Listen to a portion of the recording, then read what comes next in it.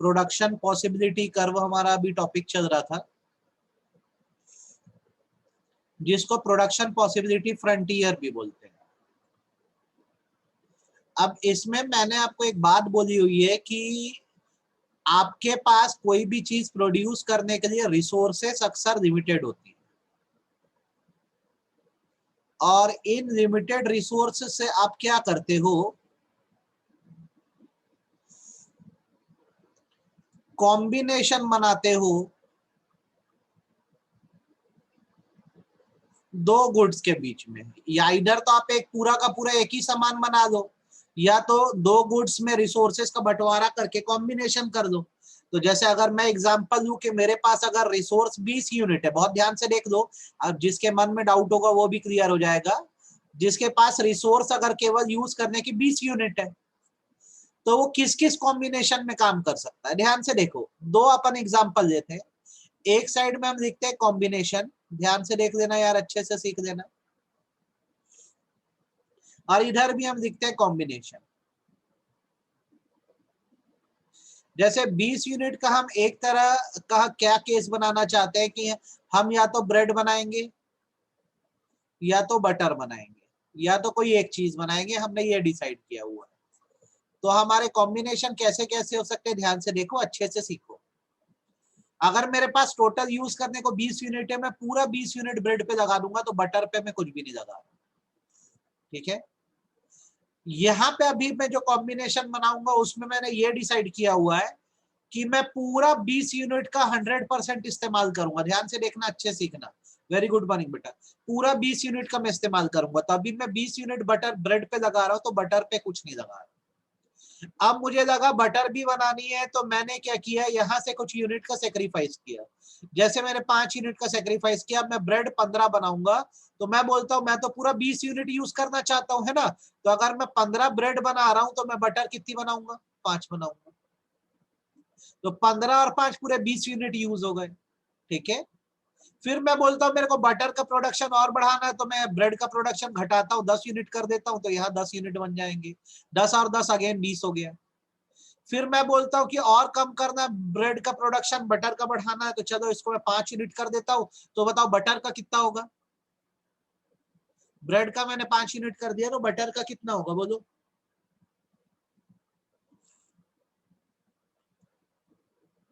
15 का हो गया। फिर मैं बोलता हूँ ब्रेड बनाना बंद करना है, तो ये 0 हो जाएगा, ये 20 हो जाएगा। तो यहाँ पर बेटा मैंने जो भी कॉम्बिनेशन बनाया, देखो हर कॉम्बिनेशन में मैंने अपने रिसोर्स को फुल यूज किया। हर बार मैंने अपने पूरे जितने मेरे 20 यूनिट थे उसका पूरा इस्तेमाल किया। पर क्या ऐसा कंपलसरी है करना, अगर आपके पास पूरे 20 यूनिट हो तो पूरे 20 के 20 यूनिट इस्तेमाल करना जरूरी है? जवाब है नॉट नेसेसरी। कई बार आपने अपनी रिसोर्स को आइडल भी छोड़ सकते हो। जैसे अभी भी मान लो मेरे पास 20 यूनिट ही है, लेकिन मैं क्या करता हूं, अपना कॉम्बिनेशन, जैसे मेरा ए है, बी है, सी है, डी है, ई है। अब मैं जैसे, यही होता है हमेशा, देखो जैसे एक साइड से अगर सेक्रीफाइस होगा तो एक साइड से गेन होगा। ब्रेड जब तक सेक्रीफाइस नहीं करेगा, बटर का गेन नहीं हो सकता। फंडा बस यही है। यहां से जैसे जब पूरे 20 यूनिट ब्रेड यूज कर दे रहा है, तो बटर कुछ यूज नहीं कर पा रहा था। जब ब्रेड ने सेक्रीफाइस किया तभी बटर का प्रोडक्शन होगा, वरना नहीं होगा। तो एक साइड से डिक्रीज होगा तो दूसरे साइड से इंक्रीज होगा। अब इस पोजीशन में मैं क्या है, पूरे अपने 20 यूनिट इस्तेमाल करने के मूड में। अब यहाँ पर देखो दूसरा, मैं आपको ये एग्जांपल को आगे बढ़ाता हूँ। ब्रेड बनाना है, बटर बनाना है, अगेन मेरे पास है 20 यूनिट। चलो मैंने पहले क्या किया, 20 यूनिट इस्तेमाल किया ब्रेड बनाने में, तो बटर बनाने में कुछ इस्तेमाल नहीं कर। ठीक, अब मैं ब्रेड बनाने के लिए मान लो 17 यूनिट इस्तेमाल करता हूं, और लोग मुझे बोल रहे हैं कि सर आप तो 17 यूनिट ब्रेड में इस्तेमाल कर रहे हो, तो बटर के आप कितने यूनिट बना सकते हो, अभी कितने बना सकता हूं बताओ।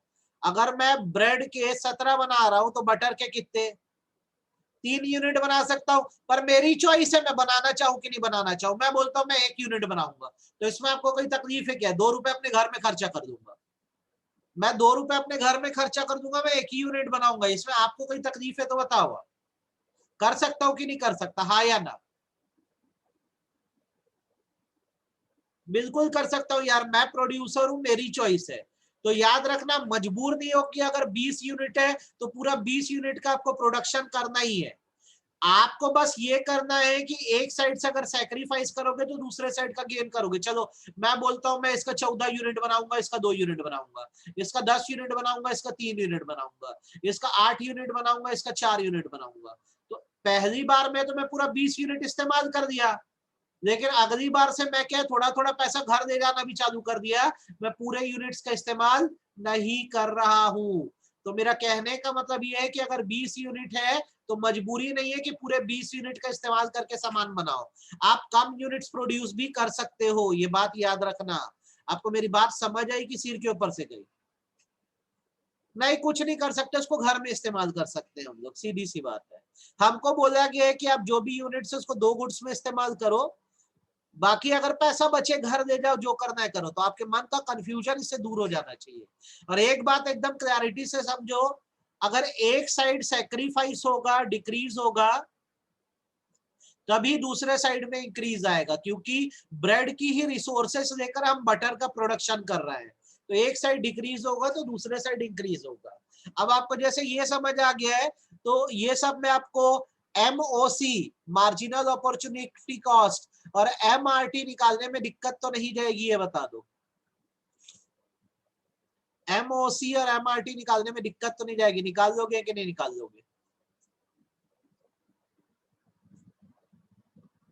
निकल जाएगा, आपको प्रॉब्लम नहीं जाएगी। सैक्रिफाइस बाय गेन कर दो आप, आपका MOC और MRT निकल जाएगा। आपको तो मैंने बहुत अच्छे से यार एक कराया हुआ है, तो आपको बिल्कुल दिक्कत नहीं जाएगी। बेटा MOC मतलब मार्जिनल अपॉर्चुनिटी कॉस्ट होता है, ये एक तरह का डिवाइडेड सम है, कितना आपने सैक्रिफाइस किया अपॉन कितना आपने गेन किया, कितना आपका सैक्रिफाइस है अपॉन कितना गेन है। जैसे ऊपर आपको 5 कॉम्बिनेशन दिख रहे हैं, कॉम्बिनेशन ABCDE ऊपर वाले एग्जांपल में। तो पहला सिचुएशन में तो आपकी तरफ से कोई सैक्रिफाइस, कोई गेन नहीं है।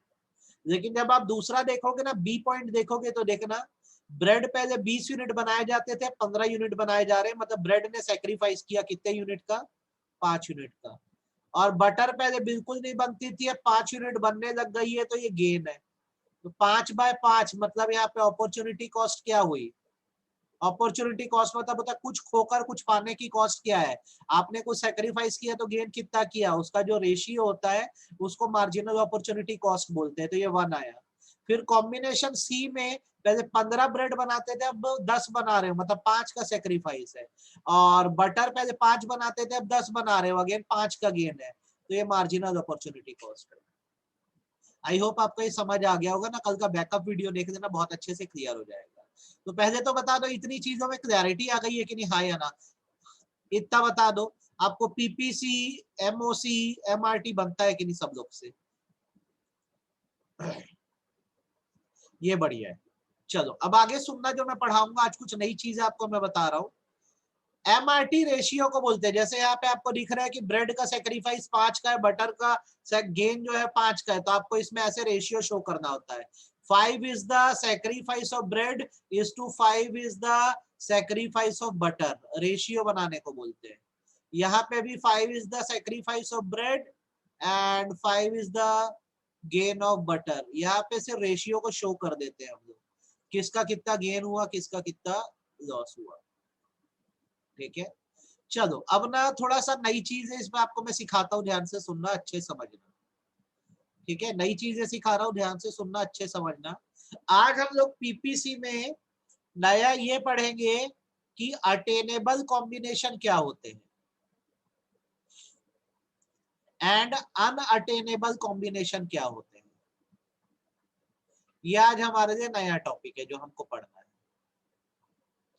अटेनेबल कॉम्बिनेशन क्या है, अनअटेनेबल कॉम्बिनेशन क्या है। कल आपका ये चैप्टर खत्म हो जाएगा बेटा, और सैटरडे को मैं चाहूंगा एक आध टेस्ट वेस्ट दे देना, तो बड़ा अच्छा लगेगा। ठीक, दोनों सिखा रहा हूँ, अटेनेबल कॉम्बिनेशन, अनअटेनेबल कॉम्बिनेशन क्या होता है, एक बार में सीखना, अच्छे से समझना। आप सपोज करो कि आपके पास रिसोर्स जो है वो 30 यूनिट्स की है। आपके पास रिसोर्स जो है वो 30 यूनिट्स की है, और आपको गुड्स बनाने हैं 2। ठीक है। एक आपको बनाना है मान लो पिज्जा और एक बनाना है बर्गर। ठीक, आप आइदर दो में से एक गुड्स बना सकते हो, या तो पिज्जा बना सकते हो या तो बर्गर बना सकते हो। ठीक है बेटा, बुक आपको संदीप गर्ग देनी है, मैंने पहले भी बताया है, धनपत राय पब्लिकेशन की। ठीक है, माइक्रो इकोनॉमिक्स के लिए संदीप गर्ग, धनपत राय पब्लिकेशन। आपके पास 30 यूनिट है, आप या तो पिज्जा बनाओ या तो बर्गर बनाओ। ठीक, अब ध्यान से देखना, यहाँ पे हम लिखते हैं कॉम्बिनेशन। अपन बनाएंगे 5 combination, A B C D E. ठीक है, और एक साइड में हम लिखेंगे पिज्जा, दूसरे साइड में लिखेंगे बर्गर। पूरा एक बार में सॉल्व करते हैं। यहाँ पे हम करेंगे मार्जिनल अपॉर्चुनिटी कॉस्ट, और यहाँ पे निकालेंगे मार्जिनल रेट ऑफ ट्रांसफॉर्मेशन। सारी चीज करेंगे, एक में कंप्लीट करेंगे अपन। ध्यान से सुनना, जब 30 पिज्जा बन रहे हैं तो बर्गर 0 बन रहा है। मैं बोलता हूँ पूरे 30 यूनिट हर बार अब इस्तेमाल करने वाले हैं। अब एक बात बताओ, अगर मैं 25 पिज्जा बनाता हूं तो बर्गर कितने बनाऊंगा? मैं बोल रहा हूँ पूरे 30 यूनिट इस्तेमाल कर देना। सेकेंड हैंड बुक मिल जाती है, कोई दिक्कत नहीं है। हाँ बिल्कुल, आप जितने चाहो उतने कॉम्बिनेशन बना लो, कोई दिक्कत नहीं है। मैं 20 पिज्जा बनाऊंगा तो बर्गर कितना बनाऊंगा? मैं 20 पिज्जा बनाऊंगा तो बर्गर कितना बनाऊं? फटाफट बोलते जाना। मैं पूरे 30 यूनिट इस्तेमाल करने के मूड में हूं अभी। मैं 10 पिज्जा बनाऊंगा तो बर्गर कितना बनाऊं? मैं 10 पिज्जा बनाऊंगा तो बर्गर कितना बनाऊं? और अगर मैं पिज्जा बनाना बंद कर दूं तो बर्गर कितने बन जाएंगे? पिज्जा बनाना बंद कर दूं तो बर्गर कितने बन जाएंगे? 30। एक का सैक्रिफाइस ही दूसरे का गेन है। अब जिन बच्चों ने पहली बार ये क्लास अटेंड करी है उनको मैं मार्जिनल अपॉर्चुनिटी कॉस्ट भी यही सिखा दे रहा हूँ। मार्जिनल अपॉर्चुनिटी कॉस्ट मतलब होता है सैक्रिफाइस अपॉन गेन, और मार्जिनल रेट ऑफ ट्रांसफॉर्मेशन होता है सैक्रिफाइस इज टू गेन। ठीक है, तो इसके एक आध चैप्टर कराऊंगा, फिर बिजनेस स्टडीज कुछ दिन में स्टार्ट करवा रहा हूँ आपको। मैं पहले आपको इकोनॉमिक्स का थोड़ा बेस बनाओ, फिर बीएसटी का मैं करवाता हूँ आपको। ठीक है, ध्यान से सुनो, अच्छे समझो। फर्स्ट सिचुएशन में ना कोई सेक्रीफाइस है ना गेन है, तो ये भूल जाओ फर्स्ट सिचुएशन। कॉम्बिनेशन ए में ना सेकंड, बुक बता रहा हूँ, थोड़ी देर में सब बता रहा हूँ बेटा, रुक जाओ। फर्स्ट सिचुएशन में तो कुछ ना फायदा हो रहा है ना नुकसान हो रहा है।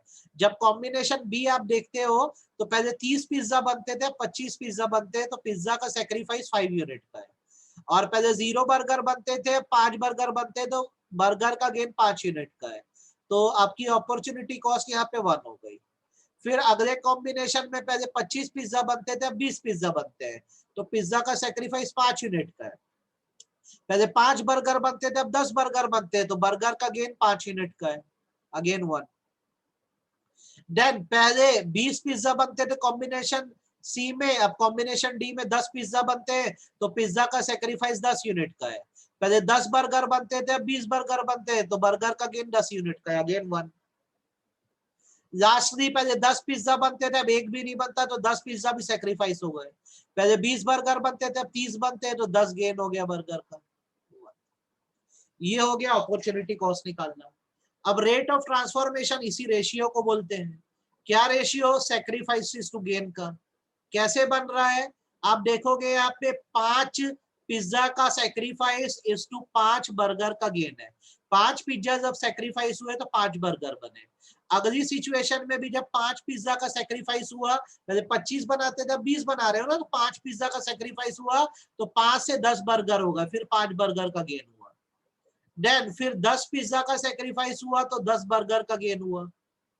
देन आखिरी में भी 10 से 0 हो गए पिज्जा, मतलब 10 पिज्जा का सेक्रीफाइस हुआ तो 10 बर्गर का गेन हुआ। ये एमआरटी हो गया। तो ये रेशियो दिखाता है। नहीं, ये पूरा न्यूमेरिकल नहीं है बेटा। ठीक है, ये पूरा न्यूमेरिकल नहीं है। ठीक, आई होप आपको ये समझ आया होगा और इसमें तकलीफ नहीं गई होगी। क्या आपको ये क्लियर है? हाँ या ना ये बता दो। चलो, क्या आपको ये क्लियर है जो मैं बता रहा हूँ? यस और नो?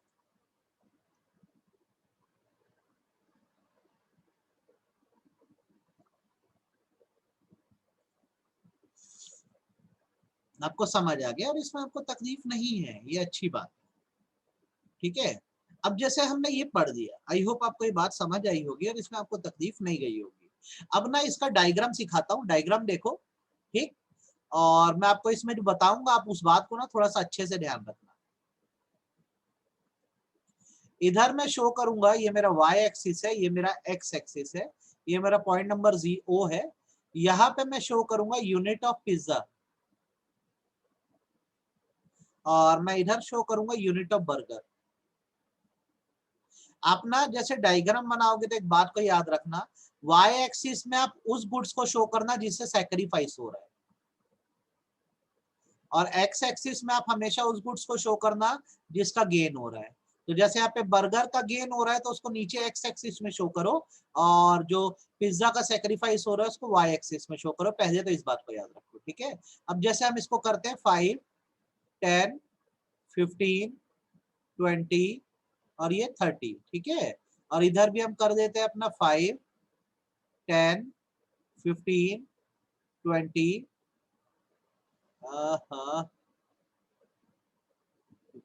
ध्यान से देखना बेटा, अच्छे सीखना। 15, 25, 30, ठीक है।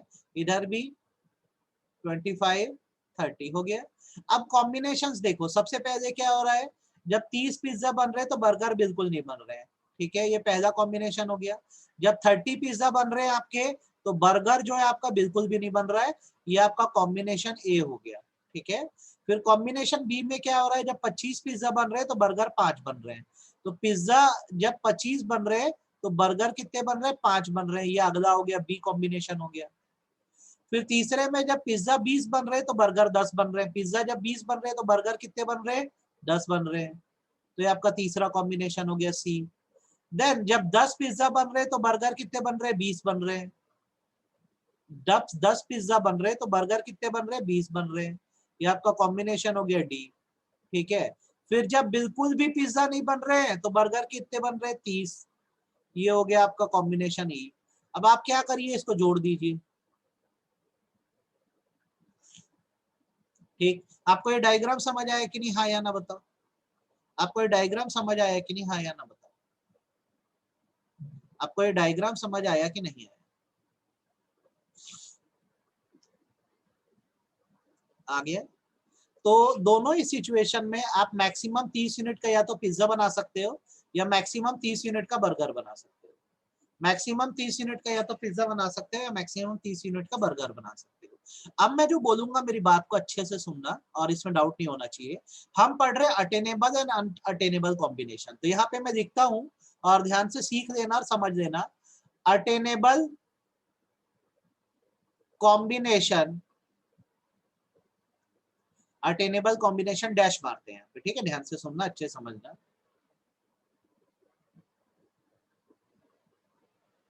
ग्राफ में डाटा नहीं शो करेंगे, बस इतना ही शो करेंगे। आप चाहो तो ब्रैकेट में शो कर सकते हो, ऐसा कोई दिक्कत नहीं है, पर इतना ही प्रॉपर बनाओगे तो चलेगा।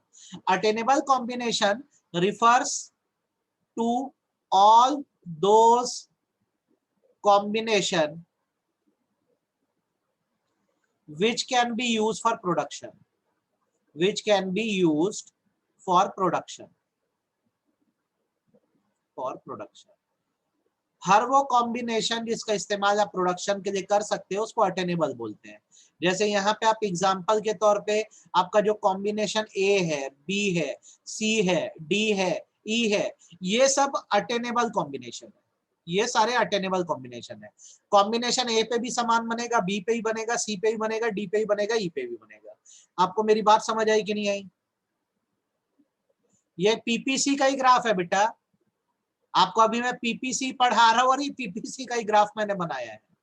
यहाँ पे 5 कॉम्बिनेशन है, इन कॉम्बिनेशन में आप गुड्स बना सकते हो, ठीक है। ये 5 कॉम्बिनेशन है, 5 कॉम्बिनेशन में आप गुड्स बना सकते हो, ठीक है। जैसे पहले कॉम्बिनेशन में आप क्या कर रहे हो, 30 पिज्जा बना रहे हो तो बर्गर बिल्कुल नहीं बना रहे हो। दूसरे में यहाँ पर क्या हो रहा है, 25 पिज्जा बना रहे हो तो बर्गर 5 बना रहे हो। तीसरे कॉम्बिनेशन में क्या हो रहा है, 20 पिज्जा बना रहे हो तो बर्गर 10 बना रहे हो। इतने कॉम्बिनेशन आप बना सकते हो। फिर क्या हो रहा है, अब 10 पिज्जा बना रहे हो तो बर्गर 20 बना रहे हो। और आखिरी में क्या हो रहा है, बिल्कुल पिज्जा नहीं बना रहे हो तो बर्गर आप 30 बना रहे हो। इतने कॉम्बिनेशन में आप सामान बना सकते हो, तो ये सारे अटेनेबल कॉम्बिनेशन है, चाहे वो ए हो, बी हो, सी हो, डी हो, ई हो। ठीक है, अब मैं जो बोलूंगा मेरी बात को समझना। अगर कभी ऐसा ग्राफ बने और आपको बोले इसके अंदर का पॉइंट क्या कह जाएगा, जैसे यहाँ पे अंदर एक पॉइंट में दे देता हूं, एफ पॉइंट, एफ पॉइंट। हाँ, पीपीसी में जितने कॉम्बिनेशन है सारे अटेनेबल होते हैं। आप ए कॉम्बिनेशन भी इस्तेमाल करके सामान बना सकते हो, B B, C B, D B, E B, आप किसी को भी यूज करके अपने गुड्स बना सकते हो। इसमें सीखने वाली बात यह है कि अगर मान लो आपका जो कॉम्बिनेशन लाइन है उसके अंदर कोई पॉइंट पड़ जाता है, जैसे एफ पॉइंट पड़ जाता है, तो ये बताता है under utilization of resources, under utilization of resource. मतलब आपके पास 30 यूनिट थे, फिर भी आप क्या करें, पूरे 30 यूनिट का इस्तेमाल नहीं करें सामान बनाने में।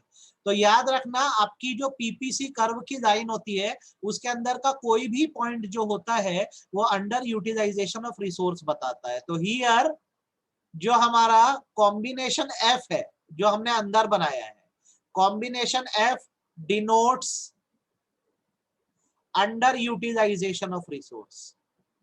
अंडर यूटिलाइजेशन ऑफ रिसोर्स मतलब आपके 30 यूनिट थे, आपने 30 यूनिट का इस्तेमाल किया ही नहीं सामान को बनाने के। ये आपके best A B C D 5 बेहतरीन कॉम्बिनेशन थे। अब अगर अंदर में एफ दे देता हूं पॉइंट, तो ये दिखाता है कि ये सारे तो एक्चुअल में कॉम्बिनेशन आपको यूज करने थे, लेकिन एफ पॉइंट अगर अंदर आ रहा है मतलब आपने रिसोर्सेस का इस्तेमाल नहीं किया है। मतलब आपको दिए गए थे 30 यूनिट, आप 15 यूनिट में ही दोनों को बना डाले, पिज्जा को भी ब्रेड को भी। बात समझ आई कि सिर के ऊपर से गई, हाँ या ना बताओ। एफ पॉइंट का मतलब समझ आया कि नहीं, क्या है एफ पॉइंट। अगर कभी भी आपके कर्व के अंदर पॉइंट शो हो रहा है तो ये बताता है कि आप अपनी रिसोर्स का पूरा इस्तेमाल नहीं करे हो। मेरे पास अगर 100 रुपए है और मैं 5 कॉम्बिनेशन में 100 रुपए को इस्तेमाल करूं, ए में, बी में, सी में, डी में, ई में, तो ये मेरे प्रॉपर कॉम्बिनेशन है। 100 रुपए होने के बाद भी अगर मैं 20 रुपए इस्तेमाल कर रहा हूं तो ये बताता है कि मैं 80 रुपए खाली छोड़ दिया हूं, या अंडर यूटिलाइजेशन ऑफ रिसोर्स है। तो याद रखना, पीपीसी कर्व के अंदर, पीपीसी कर्व जो है उसके अंदर कोई भी पॉइंट यहाँ पर जो दिखेगा ये दिखाएगा कि आपका रिसोर्स आपने यूज नहीं किया है। ठीक, यहाँ पर ये पॉइंट अगर मैं यहाँ पर बना रहा हूं तो ये क्या बनता, सपोज करो यहाँ पर आप बना रहे हो 12 पिज्जा और कितने बर्गर बना रहे हो आप, 7 बर्गर बना रहे हो, 12 और 7 19 हो रहा है। 30 यूनिट इस्तेमाल करने थे, ज्यादा से ज्यादा आप 19 यूनिट इस्तेमाल कर रहे हो। तो अंदर का कोई भी पॉइंट जो होता है, अंडर यूटिलाइजेशन मतलब अपनी शक्ति का पूरा इस्तेमाल ना करना। तुझे अगर मैं 100 रुपए इस्तेमाल करने दूं तो ऐसा करो कि पूरा 100 का इस्तेमाल करो। तुम क्या करते हो, इसमें 10 रुपए ही खर्चा करते हो, बाकी अपने पास रख देते हो, तो तुमने रिसोर्सेस का अंडर यूटिलाइजेशन किया है। तो तुमको बनाने के लिए मैंने 30 यूनिट दिया था, अब तुम उसमें से केवल 10 यूनिट खर्च करके सामान बनाए हो, तो ये दिखाएगा अंडर यूटिलाइजेशन। तो पीपीसी कर्व के अंदर का कोई भी पॉइंट होता है अंडर यूटिलाइजेशन को शो करता है, ये बात याद रखना। ठीक, आगे जो बोल रहा हूं मेरी बात को थोड़ा सा और अच्छे से सुनना। जैसे अंदर का पॉइंट जो होता है अंडर यूटिलाइजेशन बताता है, एक पॉइंट जो होता है वो बाहर भी आता है, जैसे यहां पर मैं बोल रहा हूं। अब मैं बोलता हूं यार इस पॉइंट को मैं नाम देता हूं जी। अब मेरे 30 यूनिट है, मैं मैक्सिमम 30 यूनिट का पिज्जा बना सकता था, मैक्सिमम 30 यूनिट का बर्गर बना सकता था। ये पॉइंट हमारे कर्व के बाहर आ रहा है, मतलब ये हमारी वैल्यू से ज्यादा आ रहा है। ये पॉइंट ये दिखा रहा है कि हमें 30 नहीं 50 यूनिट बनाने चाहिए। पर सवाल ये है कि हमारे पास 50 यूनिट है क्या, क्या हमारे पास 50 यूनिट है बनाने को, है या ना। हमारा तो ये देखो कर्व है, बता रहे हैं कि हम 30 यूनिट बना सकते हैं। अब ये हमारे कर्व के बाहर का पॉइंट है। ठीक, बाहर का पॉइंट है मतलब बोल रहा है कि भाई तुमको तो और ज्यादा यूनिट बनाने चाहिए, हम बोलते हैं हमारे पास है ही नहीं। तो अगर हम बोलते हैं कि हमारे पास है ही नहीं, तो बेसिकली इसे हम टर्म देंगे unattainable combination, unattainable combination, unattainable combination. इसका मतलब होता है any combination beyond the resources given, जितनी रिसोर्स है उससे ज्यादा का कॉम्बिनेशन बनाने की जब बात की जाएगी तो अनअटेनेबल है। कहां से अटेन करोगी जब उतनी रिसोर्स नहीं है? Here G point is unattainable, हम अभी नहीं अटेन कर सकते क्योंकि हमारे पास उतनी रिसोर्स नहीं है। सपोज करो यहाँ पे जी पॉइंट का मतलब है आप 40 पिज्जा बना लो और 60 बर्गर बना लो, मतलब आपको यहाँ पे 100 यूनिट इस्तेमाल करने बोल रहा है। अब आपके पास यार है 30 यूनिट, तो आप कहां से 100 यूनिट का प्रोडक्शन करोगे? तो कोई भी कर्व के बाहर का पॉइंट होता है बेटा, उसको याद रखना अनअटेनेबल बोलते हैं, इसको हम अटेन नहीं कर सकते, इसको हम अटेन नहीं कर सकते। और जो अंदर का पॉइंट होता है कर्व के, वो बताता है कि अटेन तो कर रहे हो पर वो अंडर यूटिलाइजेशन ऑफ रिसोर्स है, रिसोर्स का इस्तेमाल ढंग से नहीं हुआ। चलो ईमानदारी से बताओ, आपको ये दोनों पॉइंट का मतलब समझ आया कि नहीं आया? कर्व के अंदर कोई पॉइंट होगा तो अंडर यूटिलाइजेशन है, कर्व के कोई बाहर का पॉइंट होगा तो अनअटेनेबल है, मतलब हमारी वैल्यू से ज्यादा है। गिवन नहीं रहता, आपसे क्वेश्चन में ना पॉइंट डाल के पूछ देगा, बताओ इसका मतलब क्या है। जैसे मैं क्या करूंगा, आपको क्वेश्चन दूंगा ना तो ऐसे एक ग्राफ बना दूंगा और ग्राफ में ना आपको यहाँ पे एक पॉइंट दे दूंगा, बताओ एच पॉइंट। अब आपको बताना पड़ेगा इस एच पॉइंट का मतलब क्या है, ये अचीव हो सकता है कि नहीं। तो आपका आंसर होगा सर ये अनअटेनेबल कॉम्बिनेशन है, ये अनअटेनेबल कॉम्बिनेशन है, ये अचीव नहीं हो सकता। अच्छा मैं आपको एक क्वेश्चन दूंगा, ऐसा ग्राफ बनाऊंगा, अंदर एक पॉइंट दे दूंगा, तो आप बताओगे सर ये अंडर यूटिलाइजेशन ऑफ रिसोर्स है। ऐसा फंडा होता है, ध्यान रखना। तो आपको ये पॉइंट रिकॉग्नाइज करना आना चाहिए, अगर अंदर आ रहा है पॉइंट तो ये बता रहा है अंडर यूटिलाइजेशन ऑफ रिसोर्स, और पॉइंट बाहर आ रहा है मतलब ये अनअटेनेबल कॉम्बिनेशन है। आप बताओ, आपको बात समझ आई कि सिर के ऊपर से गई? आपको बात समझ आई कि सिर के ऊपर से आ गई? तो आपको अटेनेबल अनअटेनेबल कॉम्बिनेशन आज मैंने बताया, आई होप आपको एकदम अच्छे से समझ आया होगा और तकलीफ नहीं गई होगी। आज सिर्फ इस पे फोकस करेंगे अपन। आप शायद इसकी नोटिंग भी कर दी होगी मेरे साथ साथ, लगे तो स्क्रीनशॉट ले दो इसका, ठीक है? अगली शीट में ये सारी टेक्निकल चीजें आपको मैं दूंगा। ये अटेनेबल अनअटेनेबल कॉम्बिनेशन का हो गया। अटेनेबल कॉम्बिनेशन वो होता है जो आप अटेन कर सकते हो, जो आप बना सकते हो। ये जो आप इतने सारे कॉम्बिनेशन बनाए हो, मैं 30 पिज्जा बना लूंगी 0 बर्गर, ये आप अटेन कर सकते हो क्योंकि आपके पास 30 यूनिट है। आप बोलते हो मैं 25 पिज्जा बनाऊंगी तो 5 बर्गर बनाऊंगी, अभी भी इस बात को अटेन कर सकते हो। अटेन करना मतलब जिसको अचीव किया जा सके, जो पॉसिबल है, जो प्रोडक्शन किया जा सके वो अटेनेबल है, और जो प्रोडक्शन ना किया जा सके, जो पॉसिबल ना हो, अनअटेनेबल है। आप एग्जाम में आपका पेपर जो है वो 100 नंबर का आता है, 100 मार्क्स का आता है, तो आपके लिए अटेनेबल मार्क्स है, आप 100 मार्क्स ला सकते हो। अब अगर आपको कोई बोलेगा कि भाई 100 मार्क के पेपर में 150 नंबर लाओ, तो ये तो अनअटेनेबल है ना, कैसे लाओगे? पेपर ही 100 नंबर का है तो 150 नंबर कैसे लाओगे? इतनी सी बात है बस। जितना अपने पास है उससे अगर अपन बना दे रहे चीजें तो अटेनेबल है। अटेनेबल मतलब अचीवेबल है, और अगर उससे ज्यादा हमसे मांगा जाता है तो हम नहीं बना पाते।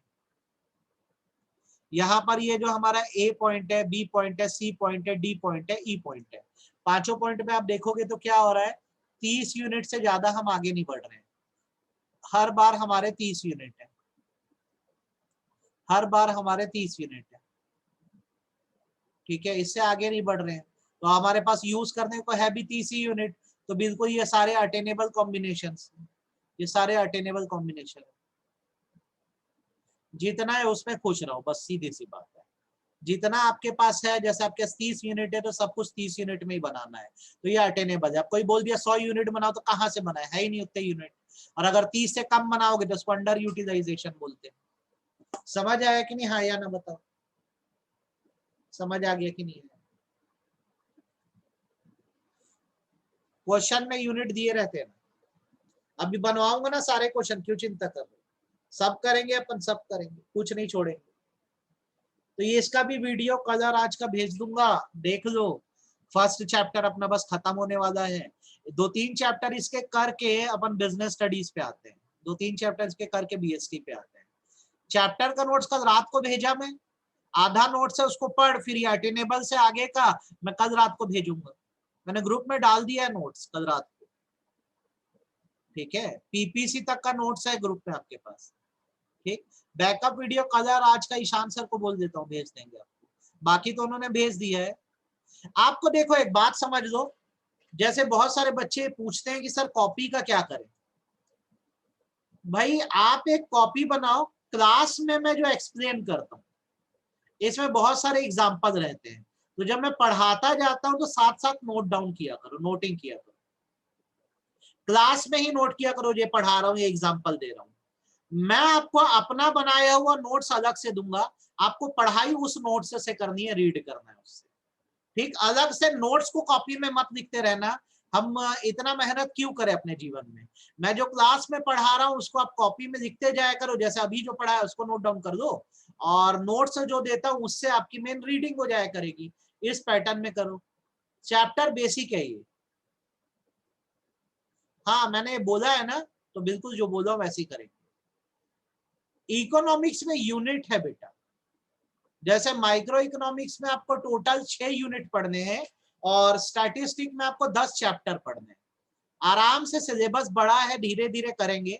मैंने शायद आपको बोला था कि पूरे मई के महीने में मैं आपको इकोनॉमिक्स कराऊंगा, मैं भूल गया था, अच्छा कि आपने याद दिला दिया। इसके बहुत सारे चैप्टर कराऊंगा, फिर बिजनेस पे आऊंगा। ठीक है, मत दे, चेंज कर दे यार, एक्सचेंज कर दे, मैं आपको बार बार बोल रहा हूँ आप ही के भले के लिए। ये बुक का जो हिसाब किताब है ना, समझ लो, माइक्रो के लिए ना तुम संदीप गर्ग ही लो, पढ़ने में तुमको ही आसानी होगी, जैन एंड नौरी लोगे तकलीफ जाएगी। और जो स्टैटिस्टिक के लिए है ना, ये टीके जैन एंड ओहरी ले लो। अब कोई बोलेगा मेरे पास माइक्रो की भी ओहरी है, तो बाद में उसको तकलीफ होगी, बता दे रहा हूँ, बाद में तकलीफ होगी। ठीक है, तो थोड़ा सा ध्यान रखो। अब तुम बीएसटी पे जैसे जाओगे ना बिजनेस स्टडीज के लिए, तो तुम उसकी पूनम गांधी ले लेना, बीएसटी की पूनम गांधी लेना है। ठीक है, और ये देख लो यार, ये है सिस्टम, आपको ये पता होना चाहिए। अभी ग्रुप मत छोड़ना, मेरे को एक बार अटेंडेंस लेने दो आपकी, फिर आप ग्रुप लीव करना। आप एक बार मुझे अटेंडेंस ले लेने दो आपकी। आप लोग क्लास में 52 स्टूडेंट्स हो, आपकी मैं अटेंडेंस ले रहा हूँ, फिर आप लोग क्लास लीव कर देना। ठीक है,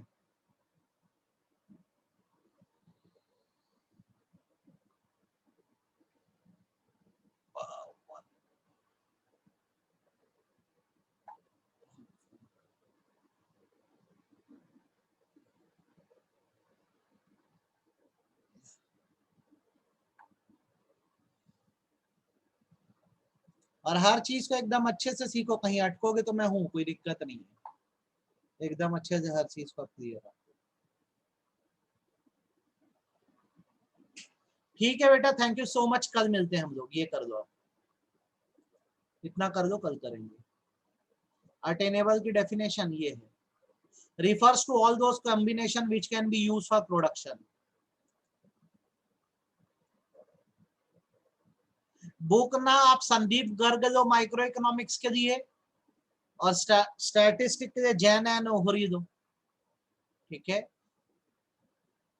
बोल दूंगा। बिजनेस स्टडीज के लिए पूनम गांधी देना।